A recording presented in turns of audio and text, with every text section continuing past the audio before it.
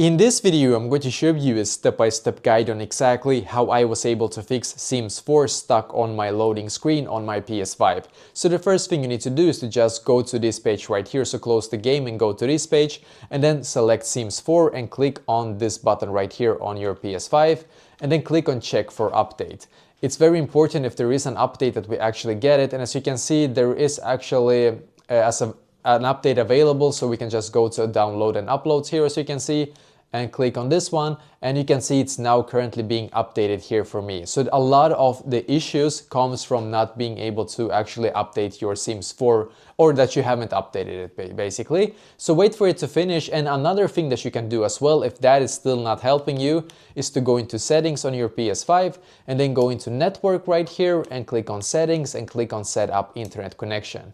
And in here on your Wi-Fi, once again, click on this button right here. Click on advanced settings and then scroll down and click on the DNS settings here.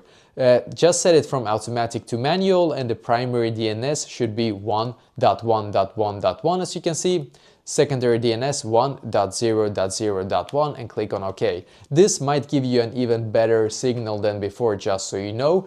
And this actually can help, just so you know. So try this and go back then to this page right here and click on users and accounts now.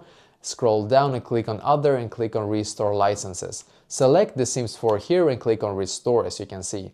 I'm just going to click on yes here just to close that old game, and you're just going to now restore licenses. This can sometimes take like a couple of seconds, just so you know, to a couple of minutes if you're unlucky. And yeah, so try this and hopefully now it's going to be able to be fixed for you as well.